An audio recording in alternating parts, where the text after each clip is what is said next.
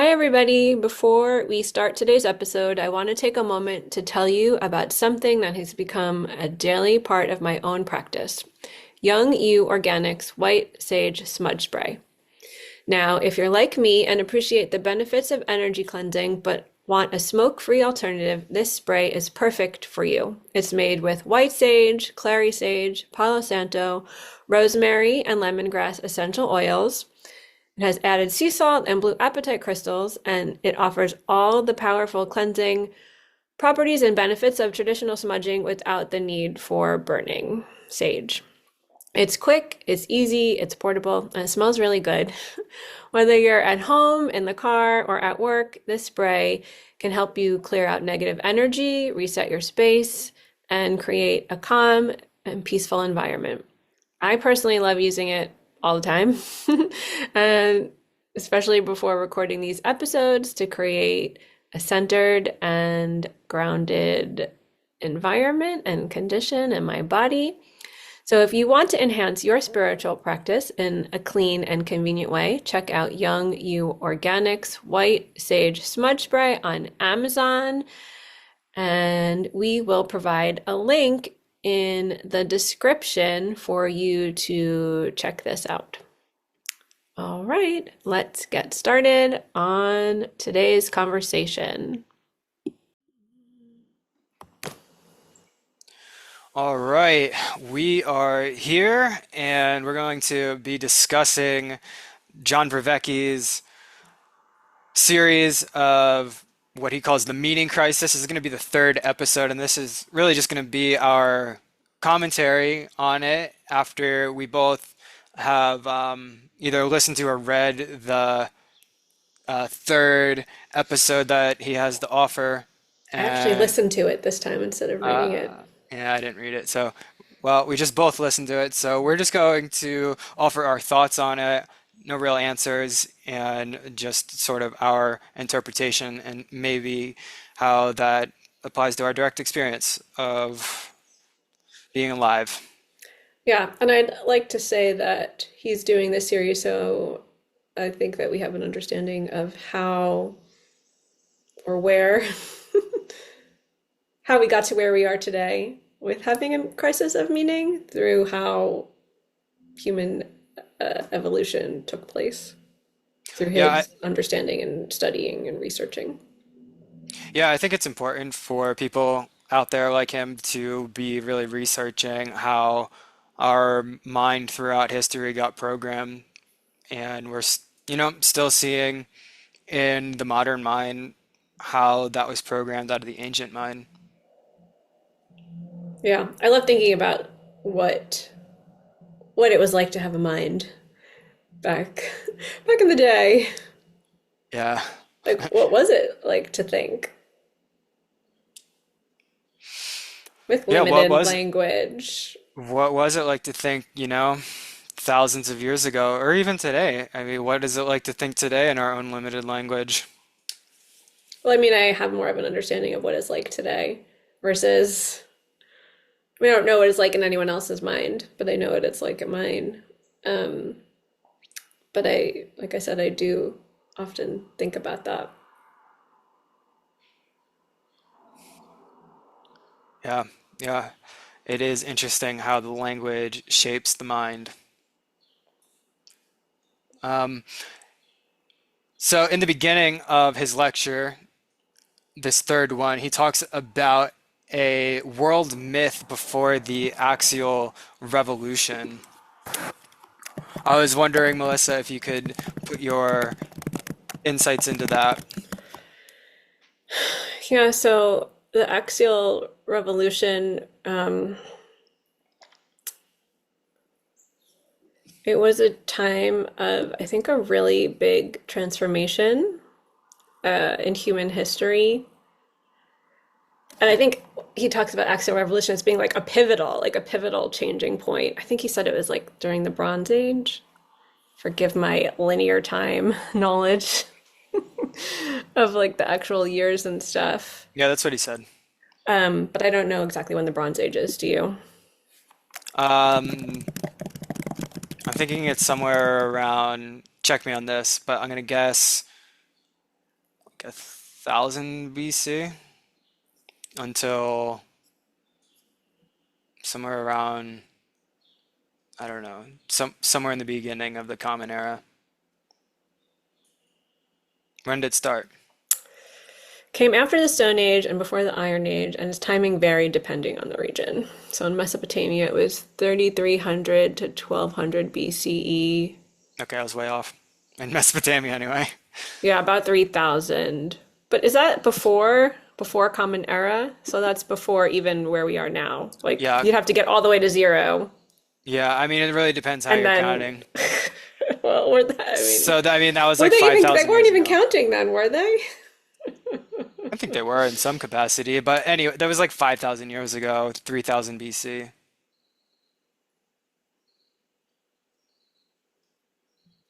Okay, it was quite a long time ago. A long time ago. And there is this worldview that while there were human gods, like in the form of the rulers, the gods weren't separate from everyday life, nor were the people. There was just like this kind of continuity between your life and who you were, and also like your life and the greater cosmic cycle. Although I think he did have something to say about cosmos and that that word wasn't invented just yet. Yeah, and that's okay. I mean, we're just spitballing here. Yeah, the greater cosmic cycle of time, that like time was this secular. How do you say that word? You said it right. I did say it right. Cyclical, Cyclical, that's the cyclical, word, that's the word. secular, Testicular, whatever. testicular. I mean, we're not telling the truth about time as it is, so I might as well just call it something else. Anyway, totally off topic.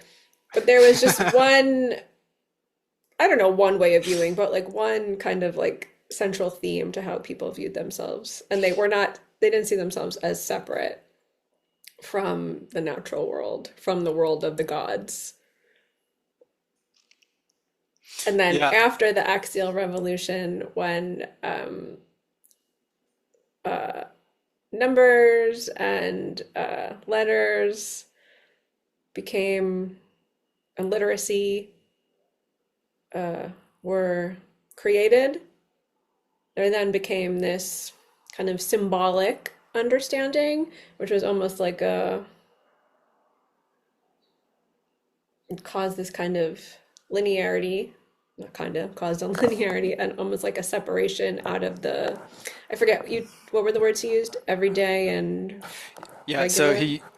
he used the words everyday world and real world. Everyday world and real world. So then there became a separation where the real world was like the one you could think about and talk about and write about and use coinage in. You know, yeah. I mean, from listening to it, I interpreted his words and the ideas that he was talking about in a similar way, where he was talking about, before the axial revolution, so before 5,000 years ago, he he is making the claim that people in their mental framework were thinking about patterns of times in cyclical nature. And then after the axial revolution, that's when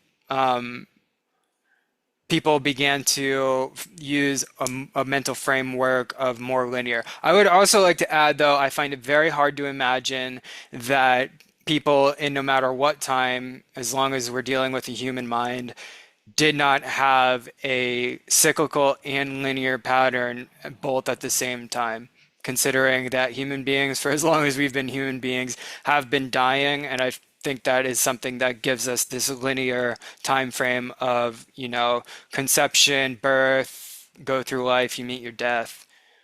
And so I think perhaps it's more so like what is at the forefront of the framework. And I think what he was describing was before the axial revolution, what was at the forefront of our framework in our conceptions of time was cyclical time and being in patterns of nature, and that because of that, we didn't really see that separateness from, you know, what we might have thought of back then as divinity and nature and people, like you mentioned, Egyptian pharaohs claiming that they're deities, etc.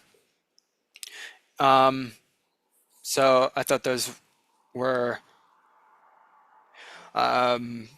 important things that he was adding into the lecture. And then with the everyday world and the real world, I know he described it, and it is very confusing in my mind using these terminologies of everyday world and real world, because I mean, just like I think in the modern lexicon of the usage of these words is that they kind of mean the same thing, right? But to parse them out, he claimed that the everyday world back then was the chaotic world of suffering and violence, and then the real world was a deeper state of peace and a state of growth.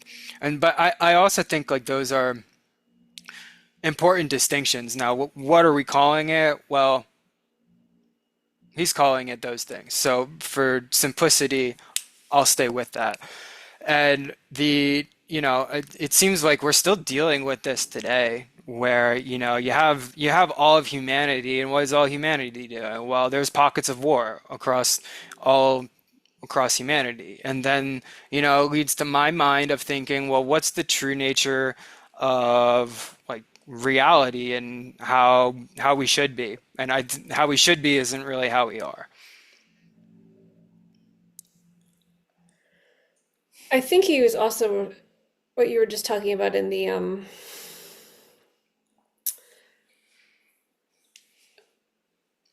I think there was like some sense of linearity because there was birth and death, but I remember him talking about like how the understanding in I think it's in India where you were just part of this endless cycle and there was no getting out of it. So even though when you died, you were coming Yeah. back as something else. And then this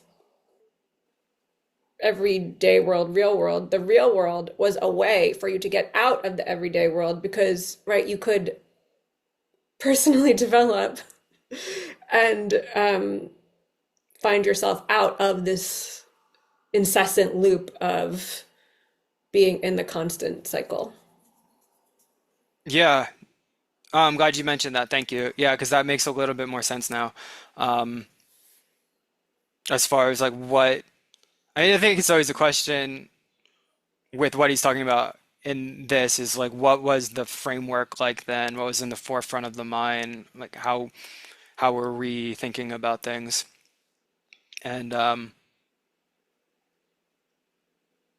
yeah, and he does mention, like you said, the transcendence of that. And I mean, from what you were describing with the sort of Indian mythology and reincarnation, and what I've heard in Buddhism called samsara, or Mm. in like the Judeo-Christian mythologies of like living a sinful life and redemption and all these types of things. Um, and so, I think yeah, it's also important understanding, kind of say, because you're like, there's the things you should be doing. Because then it kind of helps, I think, create that framework a little bit. Like, because I can't get out of this, but oh, now there's things I can be doing. Like, I can personally transcend. Whereas before there was no personal transcendence. It was just like, I'm a part of this thing. yeah, yeah, I like that. So there's the idea of the transcendence of suffering, of breaking out of a system that isn't very helpful. That's based in suffering. It leads me to think too of deeper Christian mythology, or just Christian mythology in general, of like the act of redemption And he mentions too in this how in um, in our time, like we can't really escape from it, considering how our mind has been programmed, especially in the Western culture, in biblical literacy, uh, uh, in the grammar of it, and how there's a narrative of like the fall, the insight, and the redemption. Mm. Yeah, so that redeeming, I don't know, quality was something that was not always present in people's worldview. Right, right. I mean, there's the idea of original sin, and I mean, that's exactly, like from my understanding of what Jesus was speaking out against was he was speaking out against the idea that because you are, born into a family who had maybe committed what, in that framework back then would be considered a sin, then, you just being born into that family, well, you deserve to be punished too. It's this whole idea. I mean, it goes beyond just Christianity, but I think that Jesus was saying that was just a bunch of bullshit. Like you're not born a sinner. You're not born anything other than just a little baby who may or may not even be thinking, or at least thinking in words, or not at least thinking in words.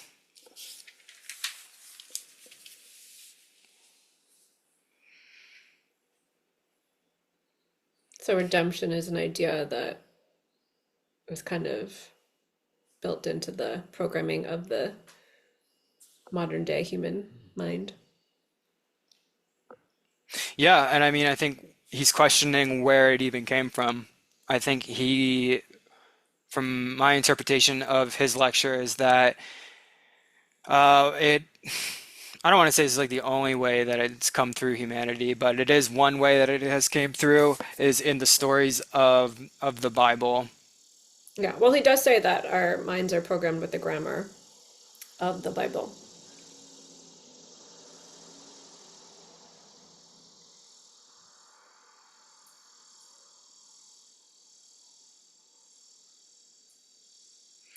Yeah, he states that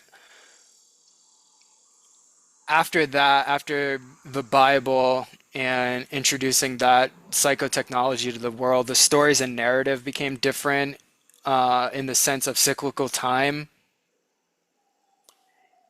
rather than just being, that loop to something that we're always creating. And he mentions that we can be redeemed for the positive and that the God of the ancient Israelites is the God of the open future. He stated, that one quote from the Bible, I am that I am. And then he said, that's a bad interpretation. And then he said, I am that I will be, which to me just sounds all of the same, to be quite honest. But Well, can you say that again? I mean, I think I understand the difference, right? Like the first part is I am that I am, like I am this thing, and it's just gonna keep on moving, and I'm just gonna keep on moving with it. And then afterwards, there's the I am that I will be because I have now the ability to shape this world that I'm a part of. Not only am I a part of it, but I'm also like a little bit separate from it so I can shape it, not like fully be shaped by it or like in tandem. yeah, you don't still need me to repeat that though, do you? I don't think so. I think you No. got it. It reminds me, I'm gonna look up. I really liked one of the quotes. It was like, and I actually read it, I saw it in something else today too, or this week. It was like, don't tell me what you believe, show me. I thought that, I don't know, that was the only quote that stood out for me. I like that. Oh, I it was like don't that. tell me what you believe, tell me what you practice.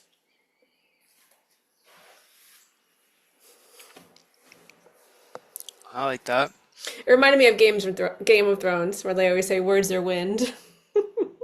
I never watched it, Oh, you didn't watch but Game of Thrones? Oh, yeah. yeah, no, talk is cheap. Yeah. Well, they're also really good books. Mm, mm. Maybe I'll have to check them out. Although disappointing because the series is not yet finished. Ah, Yeah, the that's what books I are really hear. good. It's true. He, he talks about progress through the axial revolution, and he mentioned how you can see the difference between an Old Testament God and what we thought of as God then and the New Testament God. And that's fascinating because um, I've been exploring this idea of what our concept of God was in the Old Testament and what then our concept of God is in the New Testament. And from my gathering is that the Old Testament God, the people, thought that he was a vengeful God. I would even question though that they're even praying to the same God as in the New Testament because it seems pretty polytheistic in the Old Testament, even though they say it's not. In the sense of, pray the Israelites praying to the gods of the Israelites, and then, this God saving them from Egypt and delivering them from enslavement to the New Testament God, where Jesus is saying that God is in you. You are the kingdom of heaven. You are the key to the kingdom of heaven, and what that means. But I mean, from in my own thinking, it seems that that shift has led to, God that can be conceptualized as like outside of oneself to, well, you're just one aspect of the whole totality. And I think what that totality is from what I gather, what can be described as intelligent. I think Jesus was saying like there's an intelligence to all that. Just my own interpretation, food for thought, not saying anyone has to believe any of it, just what I've experienced in my own contemplations of these things.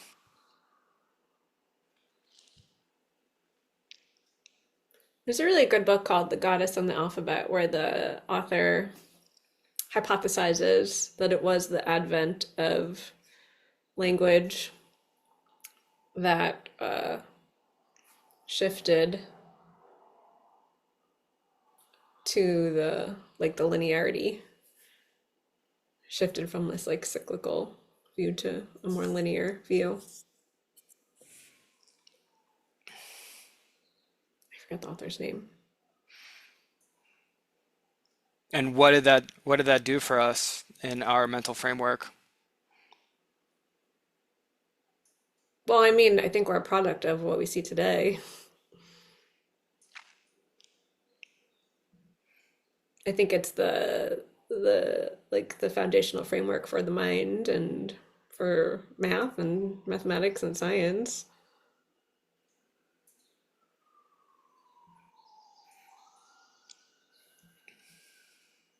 I mean, whether it's accurate or not, it sure is pretty successful, quote unquote. Meaning whether linearity is accurate, because it's not real, it's imaginary.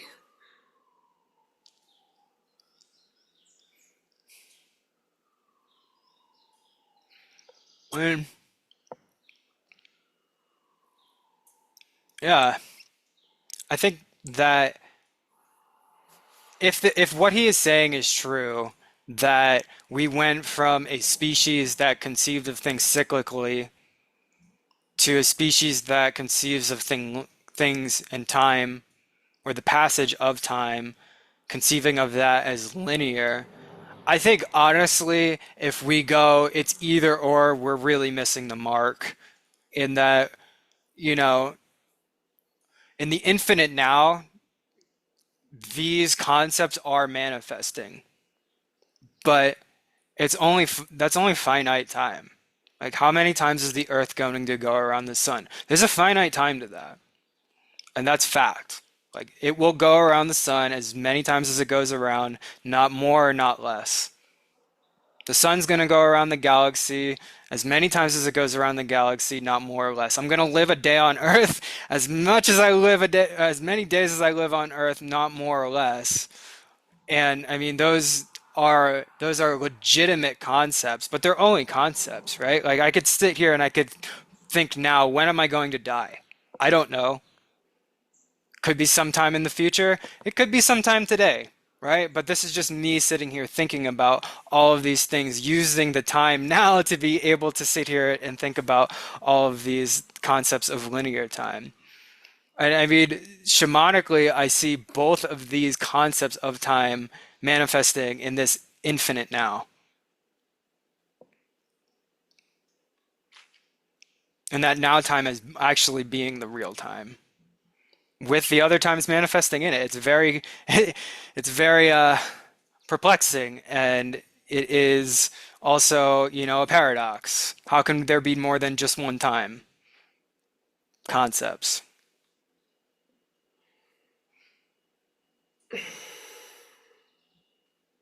I think it's a paradox because paradoxes, in my understanding, are when there's two very similar, I don't know if the word is idea or understanding, and we're defining them, one or both, inaccurately.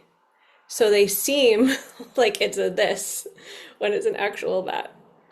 That's what I understand a paradox to be. So what I actually think is that there is something in the universe called a time that is somehow, I don't know, inherent, but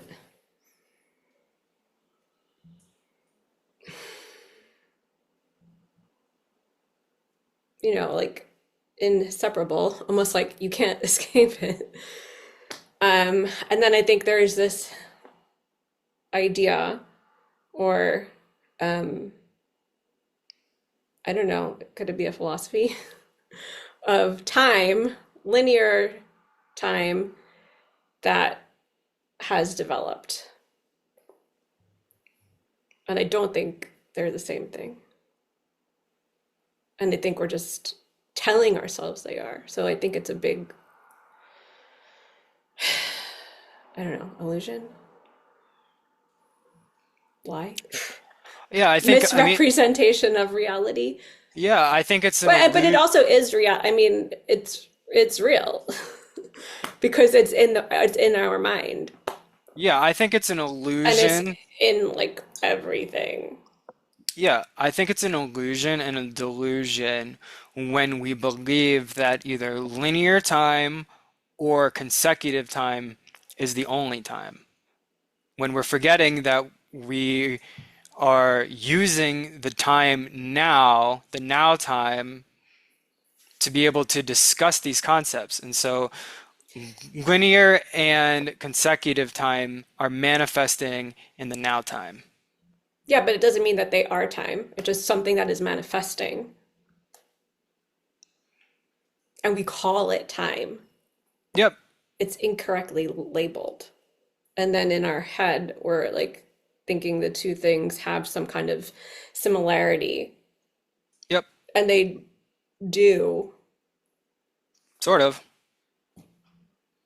No, and I completely agree. I mean, I have been really looking for a solution to this problem because, and I haven't found anything yet. So if anyone out there has, please What message me. problem? There's the problem of, like you were just saying, where we use linear time and or um, cyclical time, and then we have now time, and then we're using the word time to be able to describe all of this phenomena when, they seem to be just kind of two different things. And I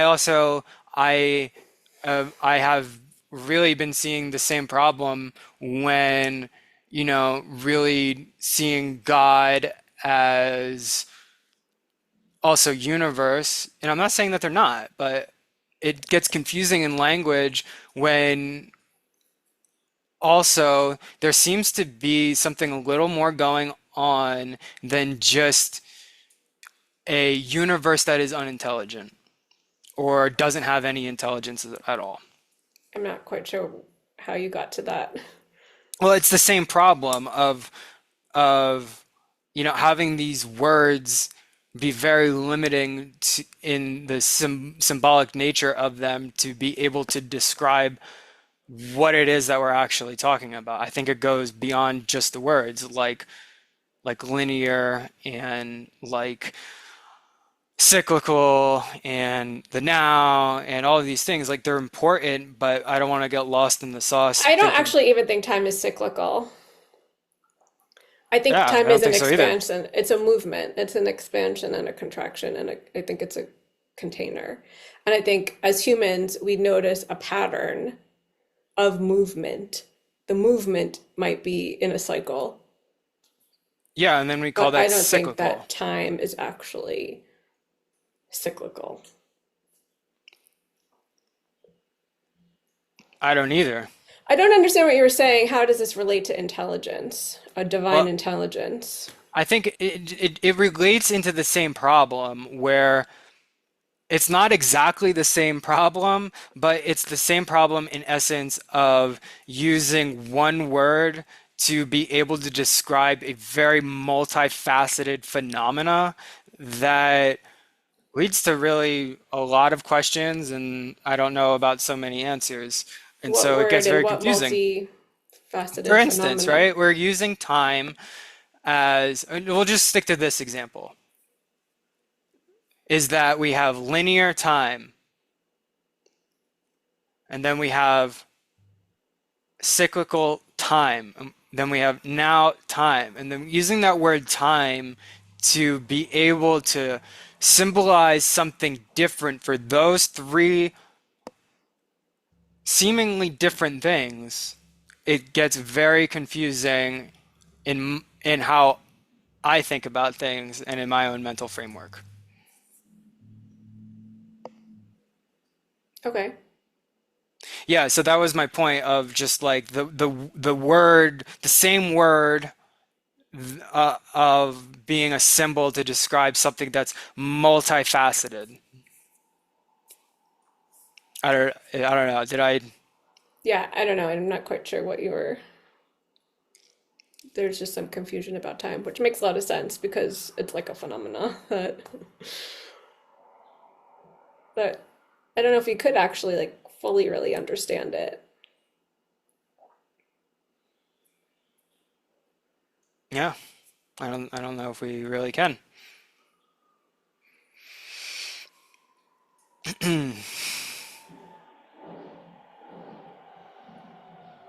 I just you were just saying something about divine intelligence, so I don't It know. goes back to the same problem of what I was trying to describe as we have God, we have universe, we have we have then divine intelligence, and to say like, well, God, if it's also confusing. It's also goddamn confusing. God damn it. In the sense where it's like sometimes I think like God equals universe, then equals divine intelligence, but then going back to God as being a symbol that could lead to something being more than just intelligence or not even being intelligent at all. Like like humanity warring at itself. If we're saying that's a part of the universe and we're equating that to God, that's a part of God. Is that intelligent? Don't know. But my point is the words, the words that we use, it's confusing when we're using the same symbol to describe this whole phenomena.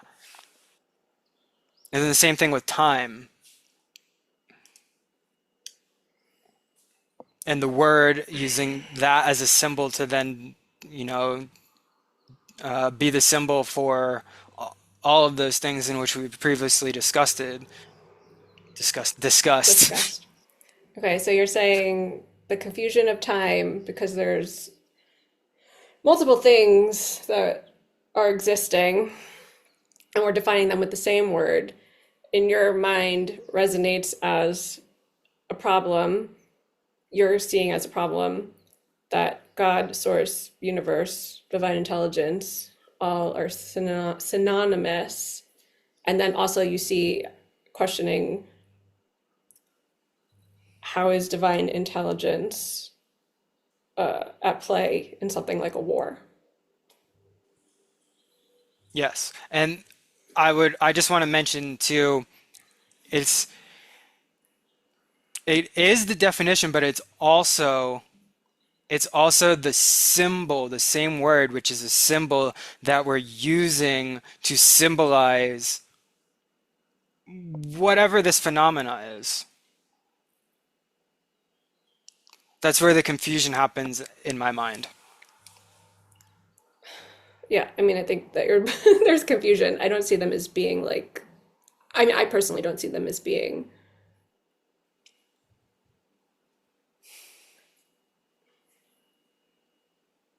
see them as being separate issues. I think one is your understanding of how intelligent is war and how all those things could be called divine intelligence when there is a war or warring.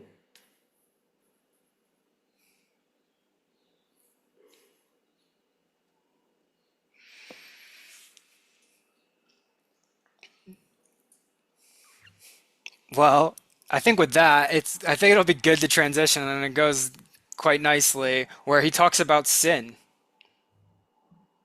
And he said that the original meaning is being off course. And this is a quote saying that humans move off course and God needs to intervene. And he talked about the ancient prophets in the area of ancient Israel not as being people who foretold the future, but put us back on course.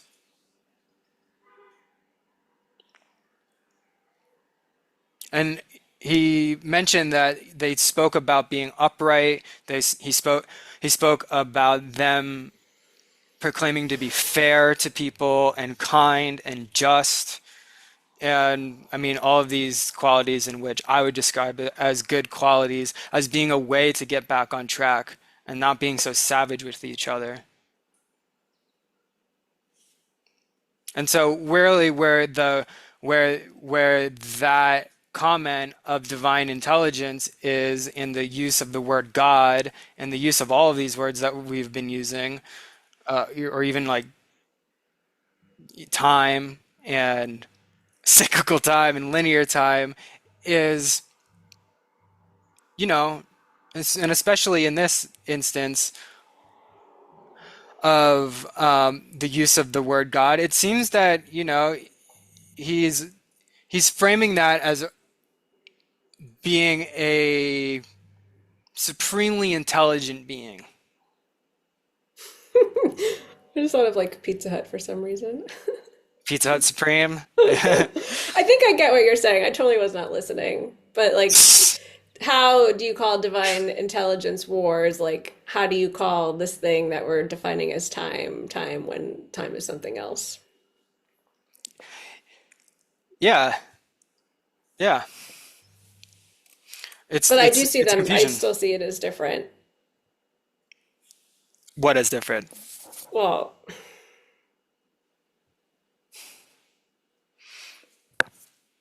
anyway,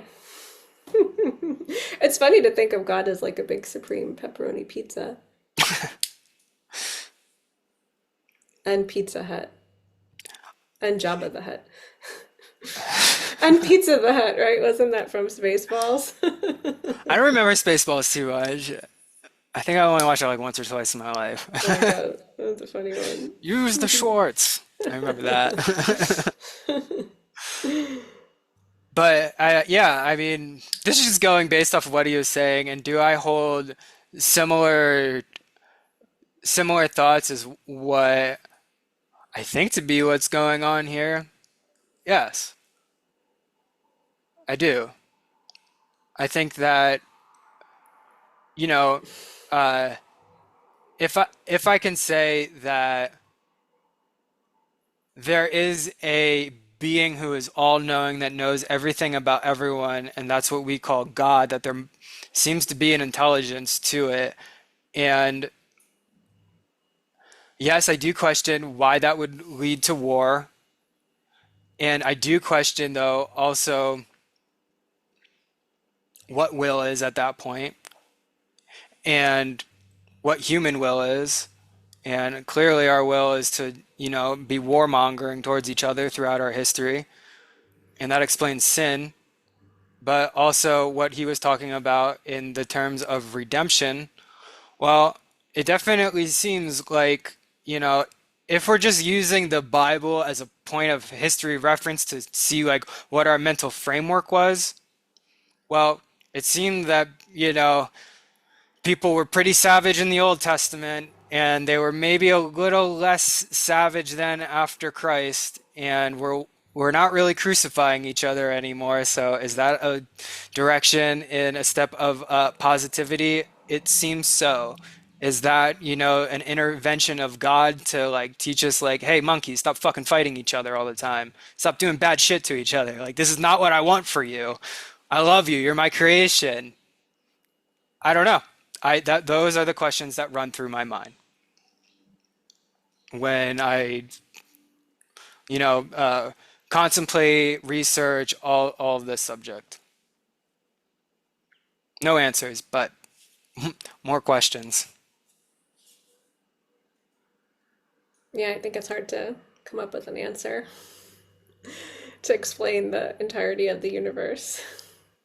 I don't think we can because I mean, if I look at the universe and God as equaling spirit, in which I see to be true, and then I understand shamanically that the spirit is made of all spirits, that while the human spirit created language, and that language is a very, very finite symbolic representation of all of the rest of the things that are going on and a classification of all of the rest of things that are going on. So how could we know it through language? We couldn't.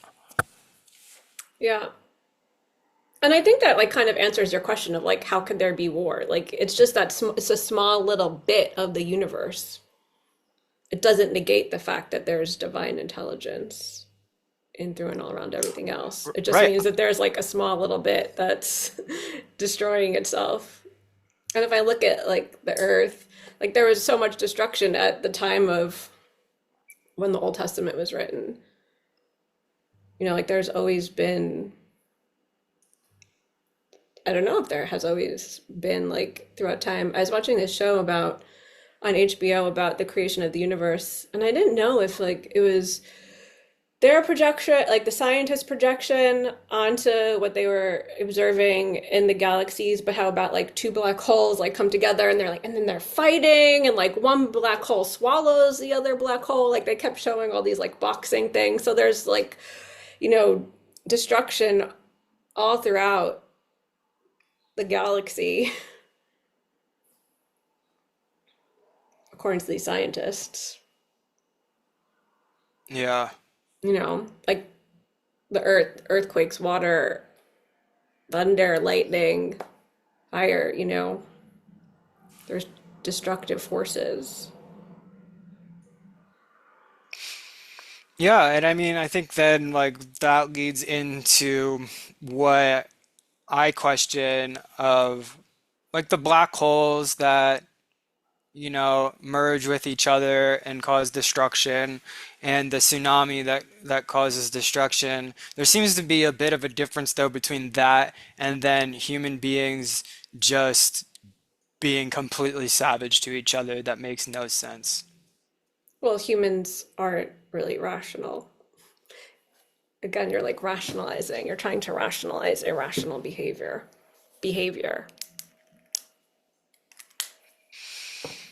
Mm,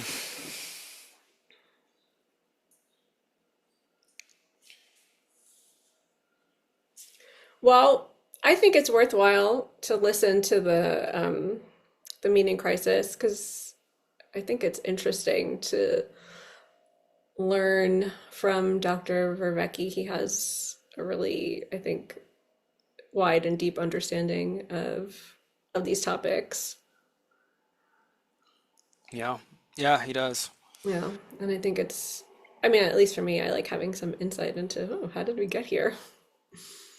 How did this whole thing Yeah, same here. I think it's happen? a worthwhile pursuit to understand how, through the course of time, our minds have been programmed in, you know, um, in language, and culture, and invention, all of it.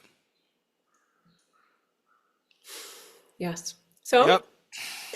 thanks for listening and or watching. What do you think about what we talked about? Leave a comment, like, subscribe, share with your friend, and we will catch you next time.